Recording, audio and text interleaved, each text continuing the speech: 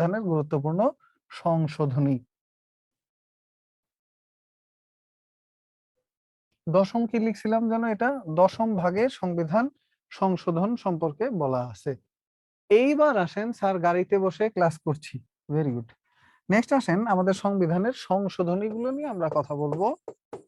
ভাগগুলো নিয়ে যা বলার আমরা বলে দিয়েছি, এবার আসেন সংশোধনী।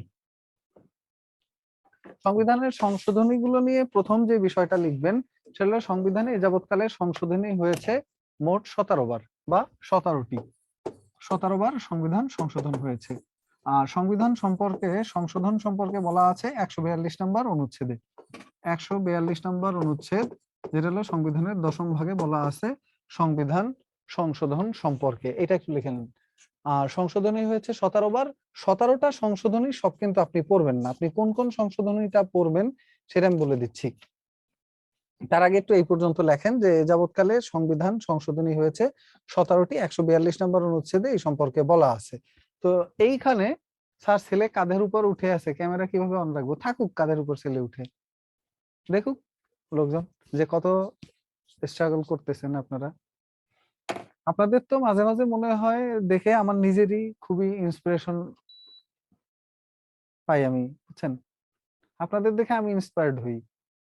ধরেন আমি একেবারে কালকে সন্ধ্যার পর যখন অফিস থেকে আসছি, গায়ে আর শক্তি নাই, তখন মনে হচ্ছে না, ক্লাসগুলো দিছে, না গেলে তো বেচারীদের ক্লাসগুলো সব ক্যান্সেল হয়ে যায় তো, বা অন্য কোনো স্যার নিবে, তার থেকে আমি যাই। তো রাতে আমি অফিস থেকে আসছি সন্ধ্যা 6টা 7টার দিকে, আবার গাড়িতে উঠছি 8টার সময়, ঢাকার গাড়িতে। এবং আমি অফিস করি বাসা থেকে প্রায় 25 কিলোমিটার দূরে। প্রতিদিন যাই আসি 25-25-50 কিলোমিটার। ওইখান থেকে এসে আবার আপনাদের এদিকে চলে আসলাম, আবার রবিবার মানে কালকে রাতে গিয়ে রবিবার সকালে অফিস। বুঝছেন, আপনাদের দেখে আমার ইন্সপিরেশন লাগে। কজ এই যে বাচ্চা কাচ্চা নিয়ে, ফ্যামিলি নিয়ে, ঘর সংসার নিয়ে, আপনাদের মধ্যে অনেকে আছেন যারা মোটামুটি যুদ্ধ করেই এখানে ভর্তি হয়েছেন, মানে ফ্যামিলির কেউ রাজি না বা এই না। তো মেয়েদের পেছনের স্ট্রাগলের ইতিহাসটা অনেক লম্বা হয় ছেলেদের থেকে। ছেলেদেরও থাকে, ছেলেদের যে থাকে না তা না, কিন্তু মেয়েদেরটা অনেক বেশি লম্বা হয়। স্যার আপনি কাল আমতলী ছিলেন, হ্যাঁ দেখছেন বোধহয়। বাংলাদেশের শেষ পথে একেবারে সাগর পাড়ে ছিলাম কালকে, আর আজকে এখানে। এইটা লেখেন যে 17টি সংশোধনীর মধ্যে পড়বেন প্রথম সংশোধনী, দ্বিতীয় সংশোধনী, এরপরে দ্বিতীয়র পরে পড়বেন হলো দ্বিতীয় পরে পড়বেন 12তম সংশোধনী বা দ্বাদশ সংশোধনী, এরপর পড়বেন 13তম সংশোধনী, এরপর পড়বেন 15তম সংশোধনী। এই কটা ব্যাস। আর পারলে 17তম সংশোধনীরা সহ পড়বেন, 15তম, পারলে 17তম বা সপ্তদশ সংশোধনী এই কটা পড়বেন। এখন এর মধ্যে কি পড়বেন? প্রথম সংশোধনী হয় 1973 সালে, আর দ্বিতীয় সংশোধনী হয় 1973 সালে, 12তম সংশোধনী হয় 1991 সালে, আর এই সংশোধনী হয় 1996 সালে, 15তমটা হয় 2011 সালে, 17তম সংশোধনী হয় 2018 সালে। এই জন্য ক্যামেরা অন করা হয় না, সবাই আমাকে না দেখে আমার ছেলেকে দেখবে। সবাই আপনাকে কেন দেখবে? আপনাকে তো দেখবো খালি আমি, যে যে আপনারা চেয়ার টেবিলে আছেন কিনা, কনসেন্ট্রেশন ঠিকঠাক থাকে কিনা, এই জন্য, আর কিছুই না। কারণ ক্যামেরা চালু থাকলে অ্যাটলিস্ট বোঝা যায় যে কে ডিস্ট্রাক্টেড হয়ে গেছেন আর কে ঠিকঠাক আছেন। দেখা যায় অনেকজন এখানে তাকায় থাকতে থাকতে নিখোঁজ হয়ে গেছেন, আমার দিকে তাকানো বাট সে ক্লাসের মধ্যে নাই। হয় না এরকম, যে এখানে বসে তাকায় আছেন আমার দিকে, এই বোর্ডই দেখতেছেন, কিন্তু আপনি বলতে পারবেন না বোর্ডে আমি কি লিখছি গত 10 মিনিটে। ওকে, এই কয়টা সংশোধনী, প্রথম এবং দ্বিতীয় দুইটা সংশোধনী হয় 72 সালে, সংবিধান চালু হওয়ার মাত্র 1 বছরের মাথায় পরপর দুইটা সংশোধনী আসে। আর 91 সালের সংশোধনীটা আসে মানে হলো, আপনার সামরিক শাসন চলছিল, এরশাদ সাহেবের শাসন, ওই শাসন শেষ করে এরপরে একটা সংশোধনী আসে যে এখন থেকে আর প্রেসিডেন্ট রাষ্ট্র পরিচালনা করার মূল দায়িত্বে থাকবে না, রাষ্ট্র পরিচালনার মূল দায়িত্বে এখন থেকে থাকবে মন্ত্রিসভা বা মন্ত্রী পরিষদ, আর এটার মূল দায়িত্ব, নির্বাহী ক্ষমতা থাকবে প্রধানমন্ত্রীর উপরে। ওইটা এরশাদের পর 1991 সালে এসেছিল। আর 13তম সংশোধনী হয় 1996 সালে, যেখানে আওয়ামী লীগ আবদার করছিল কিসের জন্য? তত্ত্বাবধায়ক সরকারের জন্য, এবং তীব্র আন্দোলন গড়ে তোলে। আর তাদের চাওয়ার প্রেক্ষিতে বিএনপি এই আইনটা পাশ করে দিয়ে যায় যে এখন থেকে নির্বাচন পরিচালনা করবে নিরপেক্ষ নির্দলীয় তত্ত্বাবধায়ক সরকার। আওয়ামী লীগ আন্দোলন করেছিল, আবার আওয়ামী লীগ ক্ষমতায় এসে তারা হলো এই পঞ্চদশ সংশোধনীতে তত্ত্বাবধায়ক সরকার ব্যবস্থা বাতিল করে এবং সংবিধানের মূল যে ধারা সেই ধারায় ফিরে গেছে।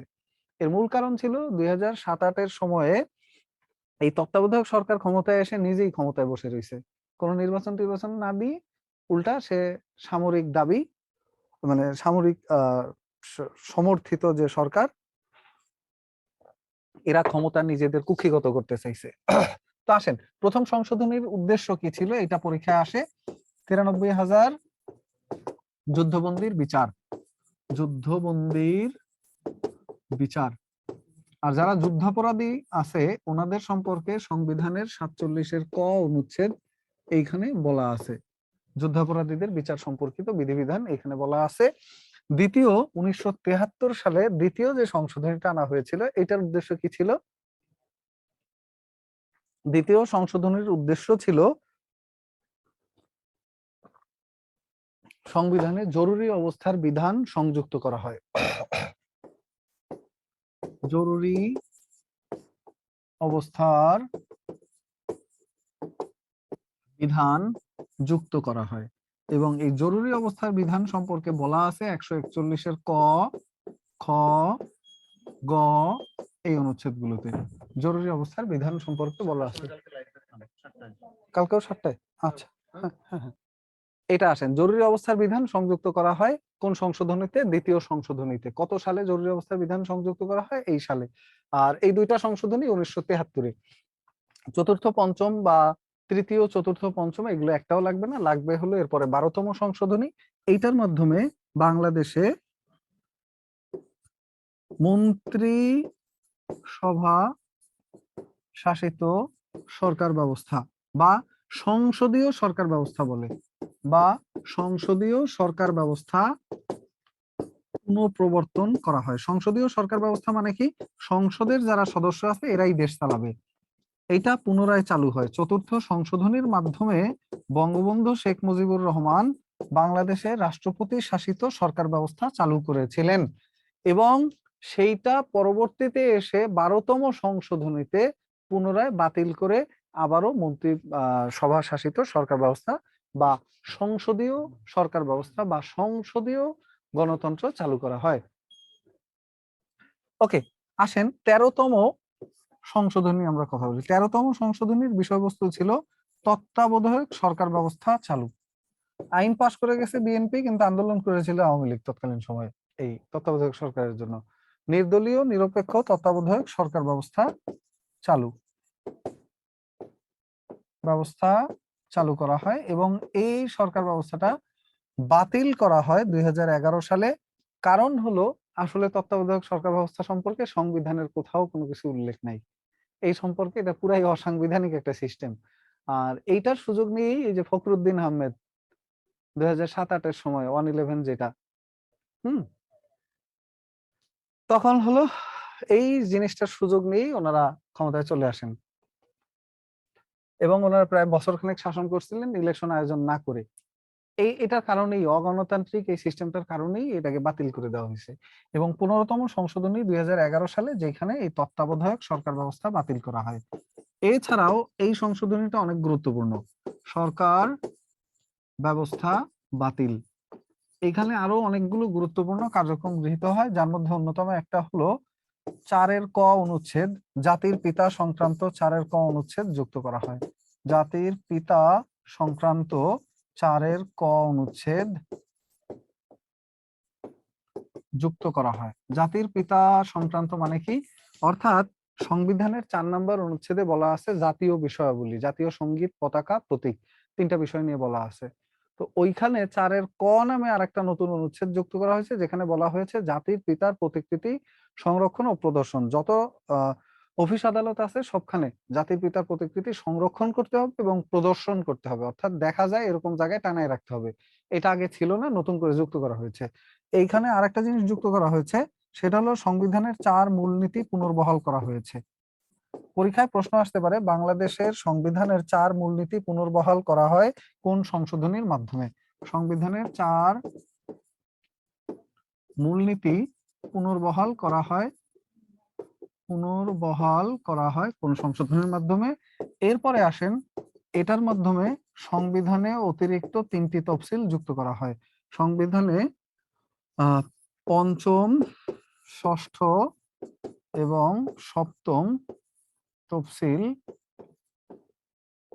যুক্ত করা হয়। সংবিধানে যে ক্লাস আমরা আপনাকে পাই নাই, আচ্ছা সেই ক্লাসগুলো অ্যাপে দিলে ভালো হতো।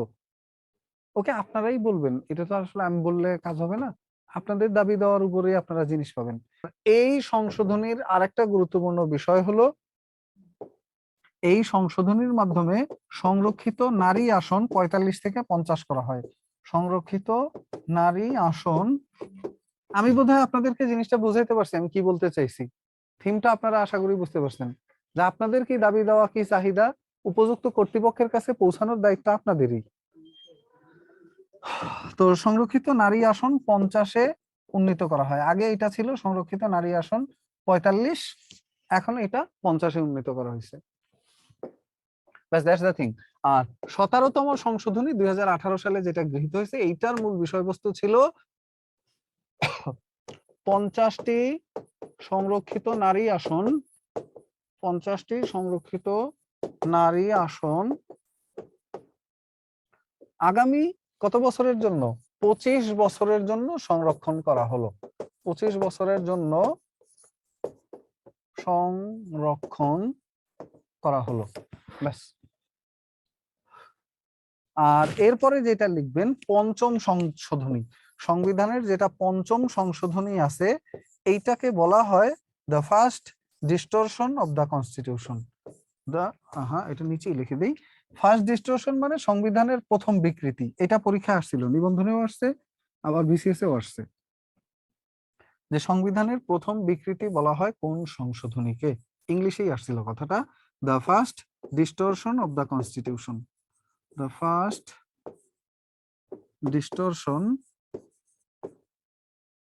distortion of the constitution. The first distortion of the constitution, এটা হলো পঞ্চম সংশোধনী। 1979 সালে মেজর জিয়াউর রহমানের সময় এটা গৃহীত হয় সামরিক শাসনের বৈধতা দেওয়ার জন্য। ডিস্টরশন মানে হলো বিকৃতি, the first distortion of the constitution মানে হলো সংবিধানের প্রথম বিকৃতি। প্রথমবারের মতো সংবিধানের 4 মূলনীতিকে এলোমেলো করে দেওয়া হয়।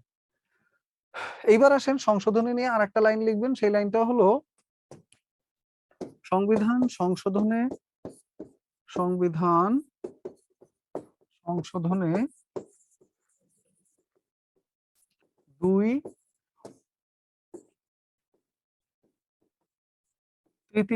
ভোটের প্রয়োজন হয়। অর্থাৎ সংসদ সদস্য 300 জন, এর মধ্যে অন্তত 2/3 মানুষ সংশোধনের পক্ষে ভোট দেওয়া লাগে, তাহলে সংশোধনী কি হয়? গৃহীত হয়। এছাড়া সংশোধনী গৃহীত হয় না। ওকে, শেষ। খুব দ্রুত শেষ করতে হবে, এখন একেবারে টান দিয়ে শেষ করে দিব। আর কোন কোন জিনিসগুলো পড়বেন সেটা আমি বলে দিব, কারণ এইটার সাথে আরেকটা টপিক আপনাদের এক্সট্রা করে যুক্ত আছে, যেটা হলো রাষ্ট্র নাগরিকতা বিষয়ক কিছু কথাবার্তা আছে, সরকার ও রাজনীতি বিষয় কিছু কথাবার্তা আছে, আর হলো আপনার আন্তর্জাতিক সম্পর্ক নিয়ে কিছু কথাবার্তা আছে। এইগুলো আসলে আপনারা পড়লেই বুঝবেন। ওইগুলো কি কি পড়বেন, কিভাবে পড়বেন আমি বলে দিচ্ছি। হ্যালো, আসসালামু আলাইকুম আম্মু। এই যে ক্লাস আম্মু, রাতে 1:30টার দিকে পৌঁছেছি। হুম, একটু এক্সাম ছিল।